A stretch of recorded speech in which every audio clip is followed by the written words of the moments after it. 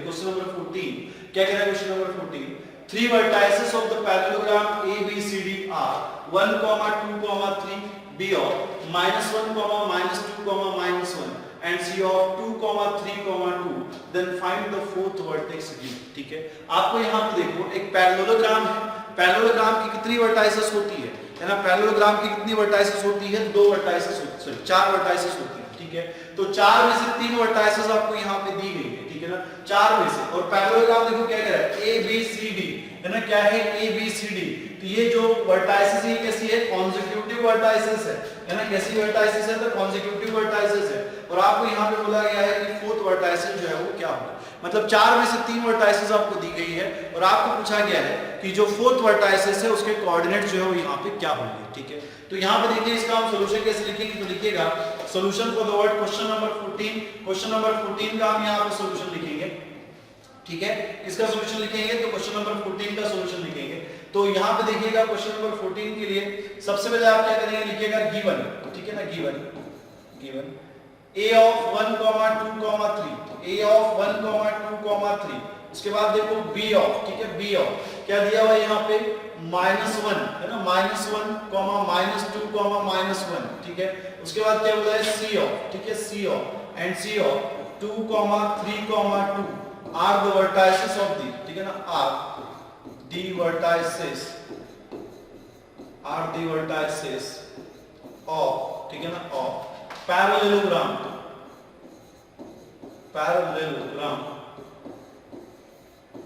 are the vertices of the parallelogram A B C D, ठीक है ना। ये किसकी वर्टाइसेस है, तो पैरेललोग्राम ABCD की वर्टाइसेस है। ठीक है, हमें क्या निकालना है, हमें इसकी फोर्थ वर्टाइसेस निकालनी है। ठीक है ना, क्या निकालना है, तो फोर्थ वर्टाइसेस निकालनी है। ठीक है, तो यहाँ पे हम लिखेंगे लेट, ठीक है, लेट x, y, z, ठीक है ना, y, z be the fourth vertices, ठीक है ना, be the fourth, ठीक है ना, be the fourth vertices, ठीक है ना, be the fourth vertices, ठीक है, be the fourth vertices। ठीक है, या फिर इसी को आप कह सकते हो कि x, y, z is the vertex of point D, है ना, किसके वर्टेक्स है, किसके वर्टेक्स है, तो पॉइंट D की वर्टेक्स है। ठीक है, अब देखो पैरेललोग्राम जो है ना वो आपको किस तरीके से दिखता है, तो सबसे पहले हम लोग क्या करेंगे, पैरेललोग्राम ड्रॉ कर लेंगे यहाँ पे। ठीक है, क्या करेंगे हम यहाँ पे एक पैरेललोग्राम को ड्रॉ करेंगे। ठीक है, तो यहाँ पे देखिएगा पैरेललोग्राम जो है कुछ इस तरीके से आपको दिखता है।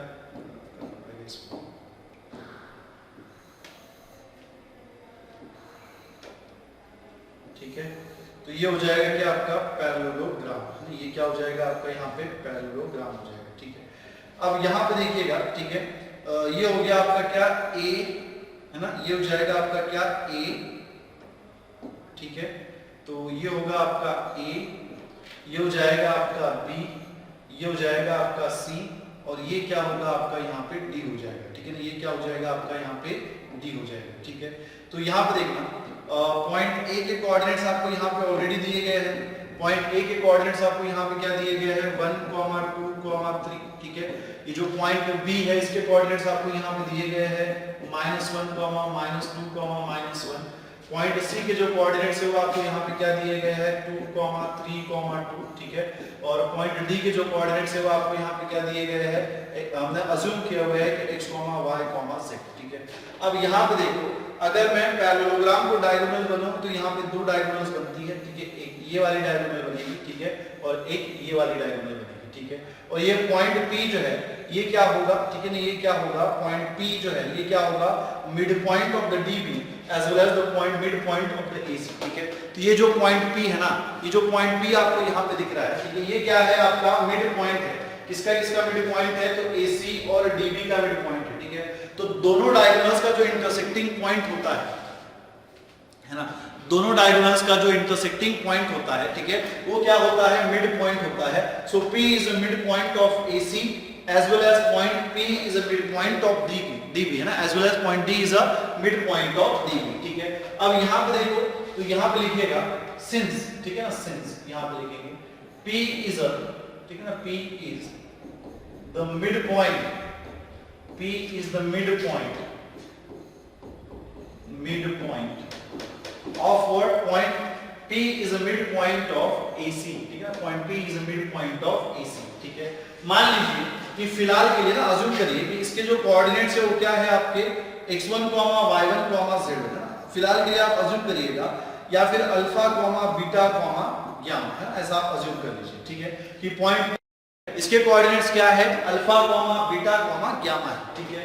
तो यहाँ पे देखिए इसका x कोऑर्डिनेट क्या है, अल्फा, तो ये अल्फा के बराबर में कितना हो जाएगा, अल्फा के बराबर में देखो यहाँ पे कितना हो जाएगा, तो यहाँ पे देखिएगा यहाँ पे ये पॉइंट ए जो है इसके कोऑर्डिनेट देखो, ये होगा आपका x1, y1, z1 है ना, ये क्या होगा आपका x1, y1 और z1, और ये क्या होगा आपका x2, y2, z2। देखो बात ध्यान से सुनिएगा कि पॉइंट P जो है वो क्या है, AC का मिड पॉइंट है ना। पॉइंट P जो है वो AC का यहाँ पे क्या है, मिड पॉइंट, तो और सॉरी AC का मिड पॉइंट है, और पॉइंट P के x कोऑर्डिनेट क्या है, अल्फा, तो अल्फा के बराबर में देखो पॉइंट A का x कोऑर्डिनेट कितना है, 1, पॉइंट C का x कोऑर्डिनेट कितना है, 2, ये 1 + 2 बाय कितना हो जाएगा, 1 + 2 बाय कितना हो जाएगा, 2 हो जाएगा, है ना। 1 + 2 बाय कितना होना चाहिए, यहाँ पे 2 होना चाहिए, तो यहाँ पे कितना मिलेगा, 2, ठीक है। वैसे ही यहाँ पे देखना बीटा इज पॉइंट P का जो y कोऑर्डिनेट है वो क्या है, बीटा है, तो बीटा इज इक्वल टू क्या हो जाएगा, देखो पॉइंट A का y कोऑर्डिनेट कितना है, 2, पॉइंट C का y कोऑर्डिनेट कितना है, 3, तो ये हो जाएगा 2 + 3 बाय कितना हो जाएगा, 2। देन यहाँ पे देखना पॉइंट P का y कोऑर्डिनेट कितना है, गामा, यानी कितना है, गामा, तो इसके बराबर में देखना पॉइंट A का z कोऑर्डिनेट कितना है, 3, प्लस पॉइंट C का z कोऑर्डिनेट कितना है, 2, बाय कितना हो जाएगा, यहाँ पे 2, ठीक है। इसी को अगर हम आगे सॉल्व करें तो ये अल्फा इज इक्वल टू कितना हो जाएगा, 1 + 2 कितना होना चाहिए, 3, तो ये हो जाएगा आपका 3/2, ठीक है।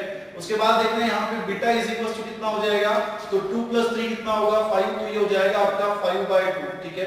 और यहाँ पे देखना 3 + 2 जो है वो कितना हो जाएगा, 5, तो गामा इज इक्वल टू यहाँ पे हो जाएगा 5 और बाय कितना हो जाएगा, 2 हो जाएगा, ठीक है ना, कितना हो जाएगा, 5/2 हो जाएगा, ठीक है।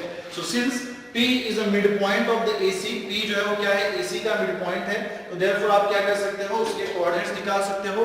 अल्फा इज इक्वल टू आपको हमें यहाँ पे कितना मिला, 2/3, बीटा इज इक्वल टू हमें यहाँ पे कितना मिला, 5/2, और gamma is equal to sorry beta is equal to हमें कितना मिला, 5/2, और गामा इज इक्वल टू भी हमें यहाँ पे कितना मिला हुआ है, 5/2 मिला हुआ है, ठीक है ना, कितना मिला हुआ है, तो 5/2 यहाँ पे मिला हुआ है, ठीक है।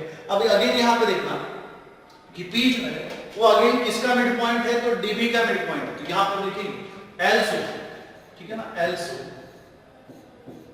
पॉइंट P है ना, point P is a mid point,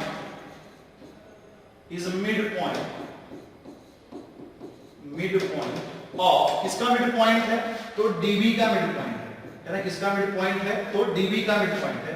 अब यहां देखो अगेन पॉइंट P का x कोऑर्डिनेट कितना है, अल्फा है। अब इस वाली केस में पॉइंट D का x कोऑर्डिनेट कितना है, x है, पॉइंट B का x कोऑर्डिनेट कितना है, -1 है, तो ये x -1 बाय कितना हो जाएगा, 2 हो जाएगा, इसी के बराबर में देखिएगा, ठीक है। देन यहां पर देखना पॉइंट P का y कोऑर्डिनेट जो है वो क्या है, बीटा है, तो ये बीटा के बराबर में कितना हो जाएगा, तो ये बीटा के बराबर में देखिए, बीटा के बराबर में कितना आ जाएगा, ठीक है। अगेन यहां पर देखना पॉइंट D का y कोऑर्डिनेट कितना है, y है, तो ये हो जाएगा y, पॉइंट B का y कोऑर्डिनेट कितना है, -2, तो ये हो जाएगा y - 2/2, ठीक है। अगेन यहां पे देखो पॉइंट P का जो z कोऑर्डिनेट है वो क्या है, गामा, तो गामा के बराबर में क्या होगा, पॉइंट D का z कोऑर्डिनेट कितना है, z, पॉइंट B का z कोऑर्डिनेट कितना है, -1, तो ये हो जाएगा गामा इज इक्वल टू कितना, z - 1 है ना, z - 1 बाय कितना हो जाएगा, यहाँ पे 2 हो जाएगा, ठीक है। तो यहाँ पे इसी को हम लोग कैसे लिख सकते हैं, ठीक है, दिस विल इंप्लाइज, ठीक है, दिस विल इंप्लाइज। देखो यहाँ पे अल्फा का वैल्यू हमने ऑलरेडी निकाला हुआ है, अल्फा कितना है, 3/2, तो 3/2 के बराबर में ये कितना हो जाएगा, x - 1/2 हो जाएगा, ठीक है। वैसे ही यहाँ पे देखना beta is equal to y - 2/2 है ना, बीटा इज इक्वल टू कितना, y - 2/2, बट बीटा का वैल्यू कितना है, 5/2 है, तो ये हो जाएगा 5/2 इज इक्वल टू कितना, y - 2/2। यहाँ पे देखो गामा का वैल्यू कितना है, z - 1/2 है ना, लेकिन गामा का वैल्यू हमने कितना निकाल के रखा हुआ है, 5/2, तो ये हो जाएगा 5/2 के बराबर में कितना, z - 1/2। एक बात आपको समझ में आ रही है क्या, ठीक है। तो यहाँ पे हमने क्या किया, ठीक है ना, यहाँ पे हमने क्या किया, पॉइंट P जो है वो AC का भी मिड पॉइंट था और BD का भी मिड पॉइंट था, ठीक है। तो इन दोनों का यूज करके हमने पहले क्या किया, अल्फा, बीटा और गामा की वैल्यू निकाल ली, ठीक है।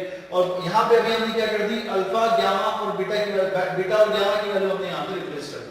अब इन इक्वेशंस को अगर हम सॉल्व करें तो यहाँ पे देखो दोनों साइड का 2 विल गेट कैंसिल, तो आपको यहाँ पे कितना मिलेगा, x - 1 = 3 मिलेगा, है ना। अगर दोनों साइड के अगर आप 2 कैंसिल कर दो ना, ये 3/2 के बराबर में कितना है, x माइनस 1/2 है ना, 3/2 के बराबर में कितना है, तो x माइनस 1/2 है। दोनों साइड का अगर आप 2 कैंसिल कर दोगे है ना, दोनों साइड का 2 कैंसिल कर दोगे तो x minus 1 is equal to कितना आ जाएगा, 3 आ जाएगा। यहाँ पे देखना, यहाँ पे 5/2 इज इक्वल टू कितना है, y माइनस 2/2 है। दोनों साइड का 2 कैंसिल कर दो, दोनों साइड का 2 कैंसिल कर देंगे तो कितना हो जाएगा, y माइनस 2 के बराबर में कितना, 5, ठीक है ना, कितना हो जाएगा, 5 हो जाएगा। यहाँ पे देखो अगेन, यहाँ पे भी 2 था तो यहाँ पे दोनों साइड से 2 कैंसिल कर देंगे तो z माइनस 1 के बराबर में कितना आ जाएगा आपका, यहाँ पे 5 आ जाएगा, है ना, z माइनस 1 के बराबर में आपका यहाँ पे क्या आ जाएगा, 5 हो जाएगा। और इसी को अगर हम आगे सॉल्व करें तो ये हो जाएगा क्या, x इज इक्वल्स टू -1 को उधर शिफ्ट कर देंगे तो 3 + 1 हो जाएगा, वो हो जाएगा 4, ठीक है। तो x इज इक्वल्स टू आपको यहाँ पे कितना मिलेगा, 4 मिलेगा, ठीक है।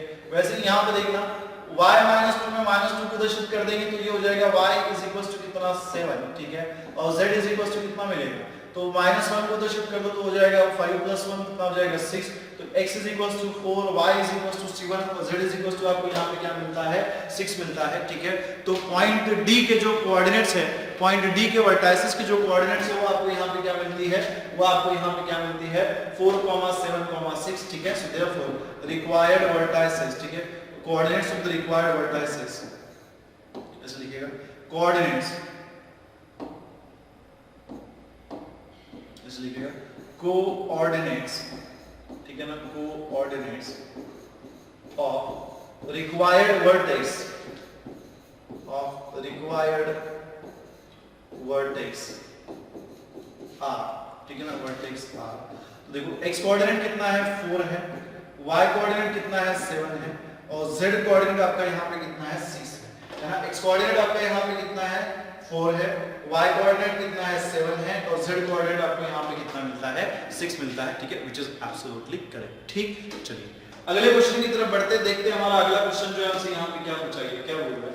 क्वेश्चन नंबर 15 क्या कह रहा है कि find the coordinate of the points which intersect the line segment joining the points a of 2, 1, -3 and b of 5, -8, 3, ठीक है। क्या कह रहा है, find the coordinates of the points which intersect the line segment joining the points a of 2, 1, -3 and b of 5, -8, 3। देखो intersect, trisect और bisect, है ना, इसका मतलब क्या होता है। इंटरसेक्ट का मतलब क्या होता है, जब दो लाइंस एक दूसरे को किसी एक पॉइंट पे इंटरसेक्ट करती है ना, किसी एक पॉइंट पे कट करती है तो उसको हम लोग क्या करते हैं, इंटरसेक्टिंग पॉइंट कहते हैं। बाइसेक्ट का मतलब क्या होता है, जब कोई पॉइंट किसी पॉइंट को दो पार्ट्स में डिवाइड करता है ना, जब कोई पॉइंट किसी लाइन को दो पार्ट्स में डिवाइड करता है तो उसे हम क्या कहते हैं, बाइसेक्ट करना कहते हैं, है ना, क्या कहते हैं, बाइसेक्ट करना कहते हैं, ठीक है। अब ये ट्राइसेक्ट का मतलब क्या होगा, है ना, ट्राइसेक्ट का मतलब देखो मैं आपको यहाँ पे समझाता हूँ, ठीक है। पहले तो कॉन्सेप्ट को समझिएगा। मान लीजिए कि अगर ये लाइन सेगमेंट है आपका AB, ठीक है ना, ये क्या है आपका लाइन सेगमेंट AB, ठीक है। तो इंटरसेक्ट, बाइसेक्ट और ट्राइसेक्ट का मतलब क्या होता है, ठीक है। मान लीजिए इस लाइन सेगमेंट के ऊपर मैं कोई पॉइंट ले लेता हूं यहाँ पे C, तो आप यहाँ पे देख सकते हो कि पॉइंट C जो है वो लाइन सेगमेंट को कितने पार्ट्स में डिवाइड कर रहा है।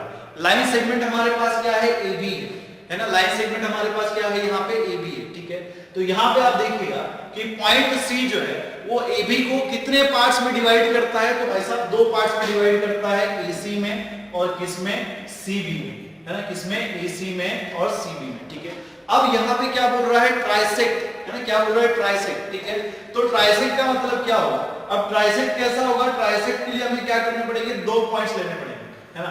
देखो बाइसेक्ट करने के लिए किसी भी लाइन के ऊपर एक पॉइंट होगा तो भी चलेगा, लेकिन अगर हमें ट्राइसेक्ट करना है तो हमें कितने पॉइंट्स लेने पड़ेंगे, दो पॉइंट्स लेने पड़ेंगे। क्यों, क्योंकि ट्राइसेक्ट का मतलब क्या होता है कि लाइन को तीन पार्ट्स में डिवाइड करना, है ना, लाइन को तीन पार्ट्स में डिवाइड करना। और लाइन तीन पार्ट्स में डिवाइड कब होगी, लाइन तीन पार्ट्स में डिवाइड कब होगी, जब उसके ऊपर कितने पॉइंट्स होंगे, टोटल 4 पॉइंट्स होंगे, है ना। मतलब लाइन सेगमेंट को छोड़ के उसके ऊपर कितने पॉइंट्स होने चाहिए, 2 पॉइंट्स होने चाहिए, ठीक है। तो यहाँ पे देखना, अगर ये पॉइंट आपका C है और ये पॉइंट आपका D है, तो भाई साहब यहाँ पे आप देख सकते हो कि पॉइंट C और D जो है वो लाइन सेगमेंट AB को कितने पार्ट्स में डिवाइड करता है, तो पॉइंट C एंड D जो है वो कितने पार्ट्स में डिवाइड करते हैं, तो 3 पार्ट्स में डिवाइड करते हैं। पहला होगा AC, दूसरा क्या होगा CD, और तीसरा यहाँ पे क्या होगा, तो तीसरा यहाँ पे DB हो जाएगा, है ना। तीसरा यहाँ पे क्या हो जाएगा, डीबी हो जाएगा। देखो बात समझ में आई क्या, बाइसेक्ट करने के लिए कितने पॉइंट्स की जरूरत होती है, 1 पॉइंट की, ठीक है। और ट्राइसेक्ट करने के लिए कितने पॉइंट्स की जरूरत होती है, तो 2 पॉइंट्स की जरूरत होती है, ठीक है।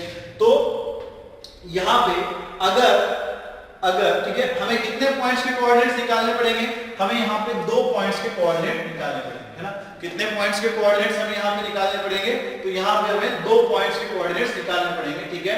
ए के और बी के कोऑर्डिनेट्स हमें दिए गए हैं, पॉइंट सी और डी के कोऑर्डिनेट्स आपको यहां पे निकालने पड़ेंगे, ठीक है। क्योंकि ट्राई देखो यहां पे ये बोला गया नहीं था कि 2 पॉइंट्स के कोऑर्डिनेट्स आपको निकालने हैं, ऐसा बोला गया था क्या, नहीं। लेकिन यहां पे क्या वर्ड यूज किया गया था, ट्राइसेक्ट वाला वर्ड यूज किया गया। देखो बात ध्यान से समझिएगा, क्या यहां पे आपसे ये बोला गया था कि find the coordinates of the 2 points that trisect that divides the line in the 3 parts, ऐसा बोला गया था कि नहीं। यहां पे आपसे क्या बोला गया था कि find the coordinate of the points, क्या बोल रहा है, find the coordinates of the point which trisect the line, है ना। आपको ऐसे पॉइंट्स के कोऑर्डिनेट्स निकालने हैं जो क्या करते हैं, लाइन को ट्राइसेक्ट करते हैं। और लाइन को ट्राइसेक्ट करेंगे तो हमें क्या करना पड़ेगा, लाइन के ऊपर 2 पॉइंट्स लेने पड़ेंगे जो लाइन को कितने पार्ट्स में डिवाइड करेंगे, 3 पार्ट्स में डिवाइड करेंगे। ट्राइसेक्ट का मतलब क्या होता है, 3 पार्ट्स में डिवाइड करना, ठीक है। तो यहाँ पे कितने पॉइंट्स के हमें कोऑर्डिनेट्स निकालने पड़ेंगे, 2 पॉइंट्स के कोऑर्डिनेट्स निकालने पड़ेंगे हमें सी और डी के, ठीक है। अब देखो कैसे निकालेंगे, ठीक है। थोड़ा आप भी इसको ट्राई करिएगा, है ना, आप भी इसको ट्राई करिएगा। तो लिखिएगा solution for the word question number 15, ठीक है। क्वेश्चन नंबर 15 के लिए हम लोग सॉल्यूशन लिखेंगे, ठीक है। सबसे पहले देखो जो फिगर मैं आपको एक फिगर बना के देता हूं मैं यहाँ पे, वो फिगर आप बना लीजिएगा। मान लीजिए कि आपका ये पॉइंट क्या है, एक ए है, ठीक है। और ये पॉइंट आपका क्या है यहाँ पे बी, ठीक है ना, क्या है यहाँ पे आपका बी। पॉइंट ए के कोऑर्डिनेट्स आपको यहाँ पे कितने दिए गए हैं, 2, 1, -3, ठीक है। और पॉइंट बी जो है इसके कोऑर्डिनेट्स आपको यहाँ पे कितने दिए गए हैं, 5, -8, 3, है ना। कितने दिए गए हैं, 5, -8, 3, ठीक है। और अगर लाइन को ट्राइसेक्ट करना है तो हमें 2 पॉइंट्स इसके ऊपर लेने पड़ेंगे। तो मान लीजिए कि ये है आपका पॉइंट सी, ठीक है, और ये है आपका पॉइंट डी, ठीक है। तो पॉइंट सी और पॉइंट डी जो है वो क्या करते हैं, लाइन AB को 3 पार्ट्स में, 3 इक्वल पार्ट्स में डिवाइड करते हैं, 3 इक्वल पार्ट्स में क्या करते हैं, डिवाइड करते हैं, ठीक है। अब चलिए, ठीक है ना, चलिए अब यहां पे देखो, ठीक है, कितने पार्ट्स में डिवाइड करते हैं, तो 3 पार्ट्स में डिवाइड करते हैं। इसके कोऑर्डिनेट्स मान लीजिए कि है x1, y1 और z1, ठीक है। और पॉइंट D जो है उसके कोऑर्डिनेट्स है x2, y2 और क्या z2, ठीक है। पॉइंट C के जो कोऑर्डिनेट्स है वो आपको यहाँ पे क्या मानने हैं, x1, y1 और z1। और पॉइंट B जो है, पॉइंट D जो है, इसके क्या कोऑर्डिनेट्स आपको अज्यूम करने हैं, x2, y2 और z2, है ना। क्या अज्यूम करने हैं, x2, y2 और z2, ठीक है। अब मेरी बात सुनिए, ये AC, CD और DB जो है ना, ये क्या है, इक्वल इन लेंथ है। बात ध्यान में सुनिए, हमने क्या कहा कि यहाँ पे पॉइंट D और C जो है, C और D जो है वो क्या करते हैं, लाइन को लाइन को क्या करते हैं, डिवाइड करते हैं इन द 3 इक्वल पार्ट्स। कितने पार्ट्स में डिवाइड करते हैं, 3 पार्ट्स में डिवाइड करते हैं। और तीनों पार्ट्स यहाँ पे कैसे है, इक्वल, ठीक है। अब इसका मतलब क्या है कि ये AC के बराबर में CD के बराबर में क्या होगा, DB होगा। मतलब लेंथ AC के बराबर में लेंथ CD और लेंथ DB होगी, है ना। ये तीनों लेंथ कैसे होंगे, इक्वल होगी। इसका मतलब क्या होगा, इसका मतलब क्या होगा, देखो ये वाला जो पोर्शन है AC, ये वाला जो पोर्शन है AC, ठीक है। देखो मैं यहाँ पे बना के दे रहा हूँ आपको, ठीक है। मान लीजिए कि अगर आपका AC जो है वो यहाँ पे कितना है, 1 है। लेंथ ऑफ AC अगर आपकी कितनी है, यहाँ पे 1 है, ठीक है। तो क्या आप मुझे बता सकते हैं कि जो CD होगा उसका लेंथ कितना, तो जो CB होगा उसका लेंथ कितना होगा, ठीक है। क्या आप मुझे बता सकते हैं, मैंने आपको स्टार्टिंग में यहाँ पे 1-2 बार मैंने रिपीट किया कि यहाँ पे ये जो पॉइंट C और D जो है वो AB को क्या करते हैं, इक्वल पार्ट्स में डिवाइड करते हैं, है ना। 3 इक्वल पार्ट्स में डिवाइड करते हैं।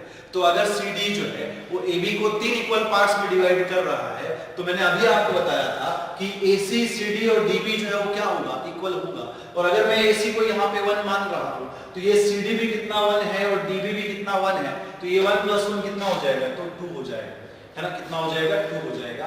मतलब AC के बराबर में आपको कितना मिल रहा है, यहाँ पे 1, और जो CB है ये आपको यहाँ पे कितना मिलेगा, तो 2 मिलेगा, है ना। CB जो है वो आपको यहाँ पे कितना मिलेगा, 2 मिलेगा, ठीक है ना। इसका मतलब क्या हो गया, ठीक है। इसका मतलब क्या हो गया कि पॉइंट C जो है वो AB को किस रेशो में डिवाइड करता है, तो पॉइंट C जो है वो AB को इंटरनली डिवाइड करता है, लेकिन किस रेशो में डिवाइड करता है, किस रेशो में डिवाइड करता है, तो 1/2 के रेशो में डिवाइड करता है, ठीक है। वैसे ही यहां पे देखना पॉइंट D जो है वो AB को किस रेशो में डिवाइड करता है, पॉइंट D जो है वो AB को किस रेशो में डिवाइड करता है, तो यहां पे देखना ये AD जो है ये कितना हो जाएगा, तो AD अब यहां पे हो जाएगा कितना 2, ठीक है ना, कितना हो जाएगा 2 हो जाएगा, और ये आपका DB जो है ये कितना हो जाएगा आपका 1 हो जाएगा। क्यों इधर देखो इसके पीछे का लॉजिक क्या है कि AC CD और DB है ना, AC CD और DB तीनों की लेंथ कैसी है, इक्वल है। तीनों की लेंथ अगर इक्वल है, अगर इसको मैंने 1 1 मान लिया तो ये हो जाएगा 1, तो CB का जो लेंथ है वो कितना हो जाएगा 2 हो जाएगा, क्योंकि CD कितना है 1 और DB भी कितना है 1 है, और CB के बराबर में क्या होगा CD प्लस DB होगा, तो अगर CD और DB 1 1 है तो इसका लेंथ कितना हो जाएगा 2 हो जाएगा। मतलब कहने का मतलब क्या है कि पॉइंट C जो है वो क्या करता है AB को इंटरनली डिवाइड करता है ना, पॉइंट C जो है वो क्या करता है AB को इंटरनली डिवाइड करता है, और किस रेशो में डिवाइड करता है, तो 1/2 के रेशो में डिवाइड करता है। वैसे ही पॉइंट D जो है, पॉइंट D जो है वो आपका यहाँ पे क्या कर रहा है, पॉइंट D जो है वो AD को डिवाइड करता है, किसको डिवाइड करता है, AB को डिवाइड करता है इंटरनली इन द रेशो, किस रेशो में डिवाइड करता है, 2/1 के रेशो में डिवाइड करता है। तो यहाँ पे लिख दीजिएगा, यहाँ पे DB जो है वो आपका यहाँ पे कितना दिया हुआ है 1 दिया हुआ है, ठीक है ना, कितना दिया हुआ है 1। अब थोड़ी देर के लिए, ठीक है ना, थोड़ी देर के लिए आप इसको M मान लो, इसको आप यहाँ पे N मान लो, यहाँ पे इसको आप M मान लो, और यहाँ पे इसको आप क्या मान लो, N मान लो, ठीक है। यहाँ पे हमने ऐसा क्यों किया, ठीक है। अब हम क्या करेंगे ना, यहाँ पे सेक्शन फॉर्मूला अप्लाई करेंगे, तो लिखिएगा solution for the word question number 15, ठीक है। तो यहाँ पे लिखिएगा let C of x1, y1, z1 and D of, ठीक है, D of x2, y2, z2 है ना, D of x2, y2, z2 divide, ठीक है ना, डिवाइड, ठीक है, ऐसे लिखिएगा let x1, y1, z1 and D of x2, y2, z2 trisect, ठीक है ना, trisect the line, trisect the line AB ना, ट्राइसेक्ट द लाइन AB, ठीक है ना, ट्राइसेक्ट द लाइन AB, ठीक है। सो देयरफॉर यहाँ पे लिखिएगा, सो देयरफॉर, ठीक है ना, देयरफॉर पॉइंट, ठीक है ना, देयरफॉर पॉइंट C, ठीक है ना, पॉइंट C हो, C के कोऑर्डिनेट्स क्या है, x1, y1, z1, ठीक है, divide AB, divide AB internally in the ratio किस रेशो में डिवाइड करता है, सो इंटरनली इन द रेशो, ठीक है, M/N के बराबर में कितना, तो 1/2 है ना, कितना 1/2, ठीक है। मतलब M का वैल्यू कितना है 1 और N का वैल्यू यहाँ पे कितना है 2, ठीक है। तो अब थोड़ा सा आपका यहाँ पे दिमाग चल रहा होगा, ठीक है, आपको ये समझ रहा होगा कि यहाँ पे हम लोग क्या करने वाले हैं, यहाँ पे हम लोग सेक्शन फॉर्मूला अप्लाई करने वाले हैं, ठीक है ना, क्या करने वाले हैं, सेक्शन फॉर्मूला हम यहाँ पे अप्लाई करने वाले हैं। देखो अब सेक्शन फॉर्मूला क्या होता है, मैं पहले यहाँ पे साइड में क्लियर कर दूं कि जो सेक्शन फॉर्मूला है वो क्या होता है ना, जो सेक्शन फॉर्मूला है वो यहाँ पे क्या होता है, ठीक है। देखो मैं आपको पहले यहाँ पे बता दूं कि सेक्शन फॉर्मूला क्या होता है, ठीक है, ठीक है। तो यहाँ पे हम लिखेंगे सेक्शन फॉर्मूला, ठीक है ना, सेक्शन फॉर्मूला, ठीक है। देखो दो सेक्शन फॉर्मूलेज है, एक फॉर द इंटरनल डिवीजन है ना, एक for the what internal division, एक किसके लिए होता है, एक्सटर्नल डिवीजन के लिए होता है। तो एक्सटर्नल डिवीजन का हमें यहाँ पे कोई यूज नहीं करना है ना, एक्सटर्नल डिवीजन का हमें यहाँ पे कोई यूज नहीं करना है, तो हम सिर्फ किसके बारे में बात करेंगे, इंटरनल डिवीजन के बारे में बात करेंगे ना, इंटरनल डिवीजन। आईडी का मतलब क्या हो गया यहाँ पे, इंटरनल डिवीजन। अब ये section formula for the internal division क्या होता है, मान लीजिए कि यहाँ पे एक कोई लाइन सेगमेंट है AB है ना, यहाँ पे एक कोई लाइन सेगमेंट है AB है ना, क्या है, एक लाइन सेगमेंट है AB जिसमें A के कोऑर्डिनेट्स है आपके क्या, x1, y1, z1 और पॉइंट B के कोऑर्डिनेट्स है आपके x2, y2, z2 है ना, क्या कोऑर्डिनेट्स है, x2, y2, z2, ठीक है। और पॉइंट C जो है, पॉइंट C जो है इसके कोऑर्डिनेट्स आप मान लीजिए कि पॉइंट C जो है वो क्या करता है, AB को डिवाइड करता है इंटरनली है ना। मान लीजिए देखो ये एक लाइन सेगमेंट है ना, ये क्या है आपका एक लाइन सेगमेंट है AB, जिसमें A के कोऑर्डिनेट्स क्या है आपके x1, y1, z1, B के जो कोऑर्डिनेट्स है वो आपके क्या है x2, y2, z2 है ना, क्या है x2, y2, z2, ठीक है।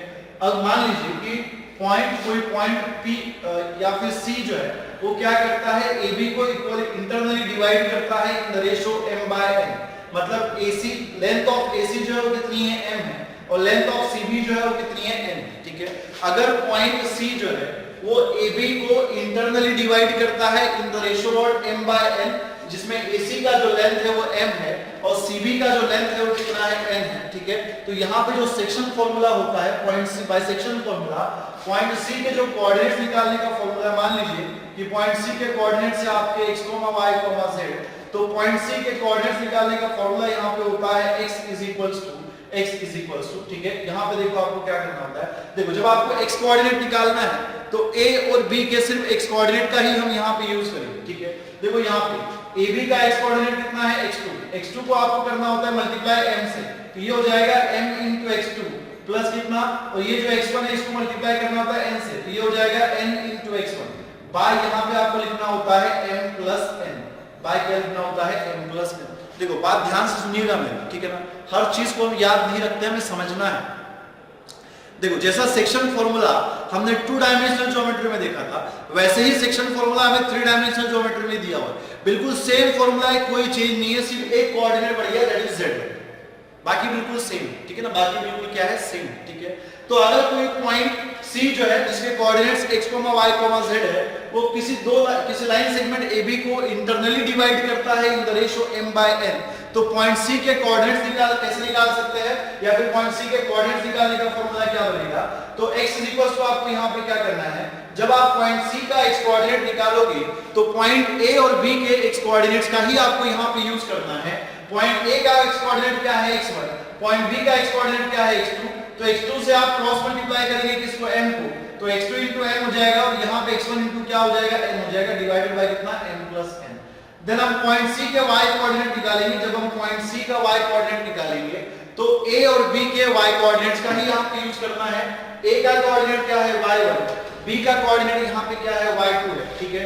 तो यहाँ पे देखना m into y2 करेंगे तो ये कितना हो जाएगा m into y2 प्लस कितना हो जाएगा n into y1 बाय कितना हो जाएगा यहाँ पे m plus n हो जाएगा, है ना, कितना हो जाएगा, तो m plus n हो जाएगा, ठीक है। उसके बाद देखना यहाँ पे जो z कोऑर्डिनेट है वो कितना होगा, ठीक है ना।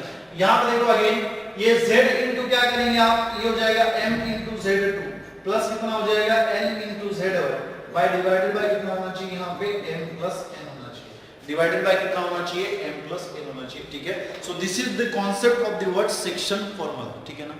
ये किसका कॉन्सेप्ट है, तो ये हमारे सेक्शन फॉर्मूला का कॉन्सेप्ट है, ठीक है।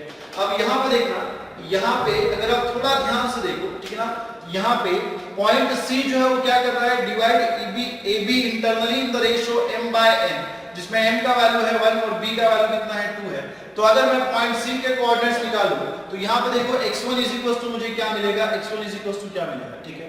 देखो x1 इज इक्वल टू, अगर मैं पॉइंट C के x कोऑर्डिनेट निकाल रहा हूं तो मैं किसका यूज करूंगा, AB के x कोऑर्डिनेट का ही यूज करूंगा, ठीक है। अब देखो यहाँ पे पॉइंट B का x कोऑर्डिनेट कितना है 5 को किससे मल्टीप्लाई करेंगे m से, तो ये कितना हो जाएगा आपका 5 into 1 हो जाएगा, प्लस यहाँ पे देखना, ठीक है। देन यहाँ पे a का x कोऑर्डिनेट कितना है 2 को किससे मल्टीप्लाई करेंगे, n से मल्टीप्लाई करेंगे, n का मल्टीप्लिकेशन n कितना है यहाँ पे 2 है, तो ये हो जाएगा 2 into n, है ना, 2 into कितना हो जाएगा 2 डिवाइडेड बाय कितना होना चाहिए 1 plus 2, ठीक है, कितना हो जाएगा 1 plus 2 हो जाएगा। वैसे यहाँ पे देखना y1 इज इक्वल टू कितना आ जाएगा, पॉइंट C का y1 इज इक्वल टू कितना आ जाएगा, देखो यहाँ पे B में जो y कोऑर्डिनेट कितना है माइनस है, तो ये हो जाएगा -8 into m का वैल्यू देखो यहाँ पे कितना है 1 है, तो ये हो जाएगा -8 into 1 प्लस, ठीक है। देन यहाँ पे देखो y1 कितना है 1, तो ये हो जाएगा 1 into n का वैल्यू कितना है 2 और डिनोमिनेटर में कितना आ जाएगा n plus n मतलब कितना 1 plus 2। और वैसे ही यहाँ पे देखना z1 इज इक्वल टू क्या हो जाएगा, तो z1 इज इक्वल टू यहाँ पे देखो z1 is equal two point B में z कोऑर्डिनेट कितना है 3, तो यहाँ पे आप लिखेंगे 3 into m का वैल्यू देखो कितना है यहाँ पे 1 है, तो ये हो जाएगा 1 प्लस यहाँ पे देखना, ठीक है।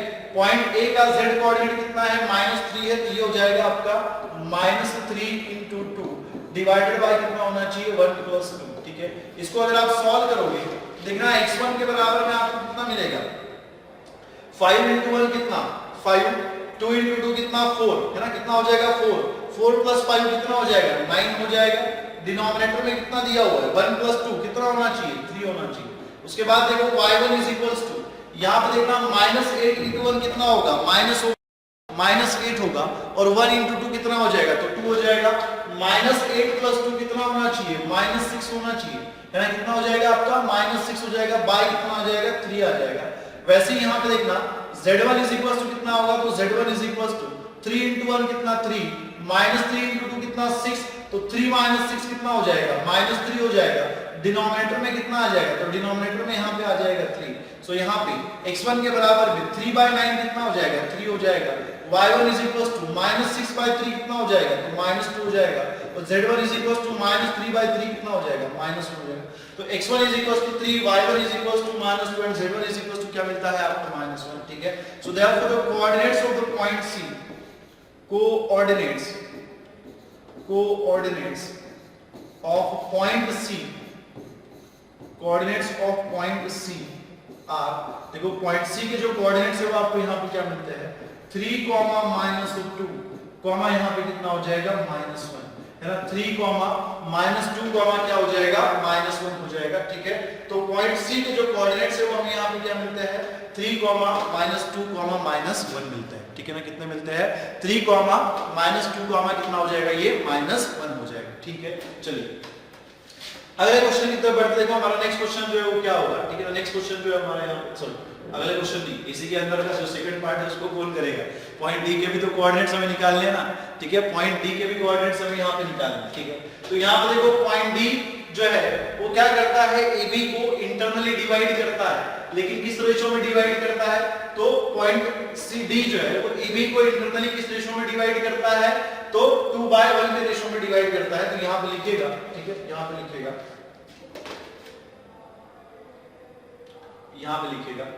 now point D divides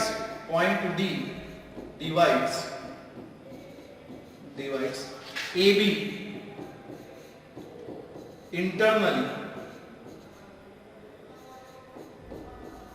in the ratio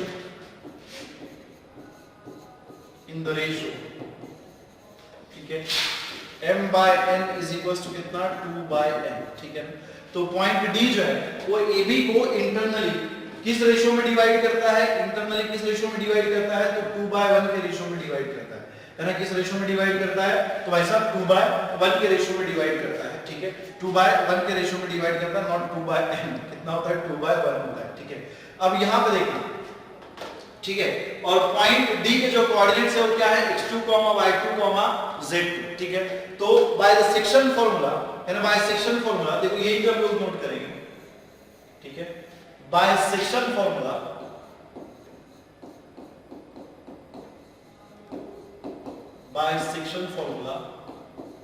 यहां पे देखिएगा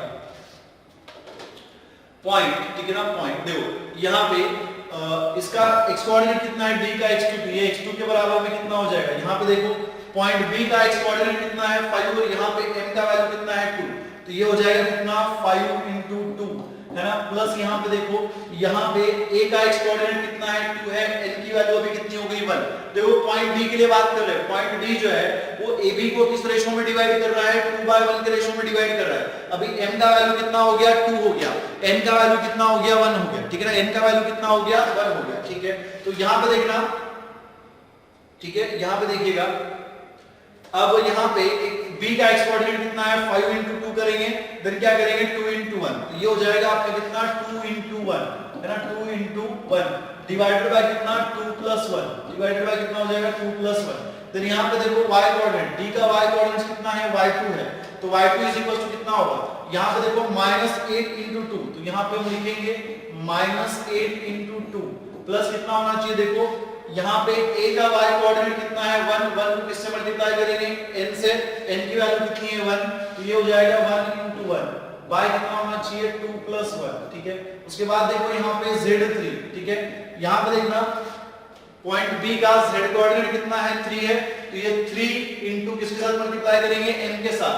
3 इंटू 2 कितना हो जाएगा, 3 इंटू 2 है ना, कितना हो जाएगा ये 3 इंटू 2। तो यहाँ पे हम लिखेंगे 3 इंटू कितना 2 प्लस, उसके बाद देखना यहाँ पे प्लस, ठीक है ना, प्लस यहाँ पे देखो, यहाँ पे a का z कोऑर्डिनेट क्या है -3 इंटू क्या करेंगे n का वैल्यू कितना है 1, तो ये हो जाएगा आपका -3 इंटू 1 है ना, -3 इंटू 1 डिवाइडेड बाय कितना हो जाएगा 2 प्लस 1 हो जाएगा, ठीक है। इसी को देखो आगे हम लोग कैसे लिख सकते हैं, तो ये x2 के बराबर में यहाँ पे देखिएगा 5 इंटू 2 कितना होना चाहिए 10 प्लस 2 इंटू 1 कितना हो जाएगा 2, 10 प्लस 2 कितना हो जाएगा 12 डिवाइडेड बाय कितना 3 है ना। उसके बाद देखो यहाँ पे y2 इज इक्वल टू कितना होगा -8 इंटू 2 कितना हो जाएगा -16, तो ये हो जाएगा -16 प्लस 1 इंटू 1 कितना हो जाएगा 1 हो जाएगा। इसके डिनोमिनेटर में कितना 2 प्लस 1 इज 3। उसके बाद देखो यहाँ पे z3 है ना, z3 के बराबर में देखना है यहाँ पे 3 इंटू 2 कितना हो जाएगा 6 हो जाएगा, 3 इंटू 2 कितना हो जाएगा 6 हो जाएगा, -3 इंटू 1 कितना हो जाएगा -3, इसके डिनोमिनेटर में कितना आ जाएगा 3 आ जाएगा, ठीक है। तो यहाँ पे देखो आपको क्या मिलेगा, ठीक है ना, यहाँ पे देखो क्या मिलेगा। सो ये x2 के बराबर में कितना हो जाएगा 12/3, 12/3 कितना होना चाहिए 12/3 कितना हो जाएगा 4 हो जाएगा। उसके बाद देखो यहाँ पे -16 प्लस 1, -16 प्लस 1 कितना हो जाएगा -15, और -15/3 कितना होना चाहिए -5 होना चाहिए, तो ये हो जाएगा कि आपका -5 है ना। y2 इज इक्वल टू आपको यहाँ पे कितना मिलेगा -5 मिलेगा, तो यहाँ पे हम लिखेंगे y2 इज इक्वल टू कितना -5, ठीक है। और z2 इज इक्वल टू यहाँ पे कितना हो जाएगा, ठीक है ना, ये z2 इज इक्वल टू कितना हो जाएगा,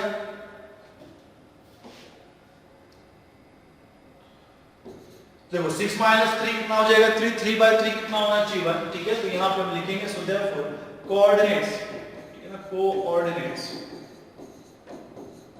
ऑफ पॉइंट D आर, ठीक है। तो पॉइंट D के जो कोऑर्डिनेट्स है वो क्या हो जाएंगे आपको, देखो x कोऑर्डिनेट कितना है 4, y कोऑर्डिनेट कितना है -5 और z कोऑर्डिनेट कितना है 1, तो ये हो जाएगा 4, -5, कितना हो जाएगा 1 हो जाएगा है ना, 4, -5, कितना हो जाएगा तो 1 हो जाएगा, ठीक है। तो यहाँ पे पॉइंट D के जो कोऑर्डिनेट्स है वो हमें यहाँ पे कितने मिले, पॉइंट D के जो कोऑर्डिनेट्स है वो हमें क्या मिले 4, -5, कितना मिला हमें यहाँ पे 1 मिला, ठीक। चलिए अगले क्वेश्चन की तरफ बढ़ते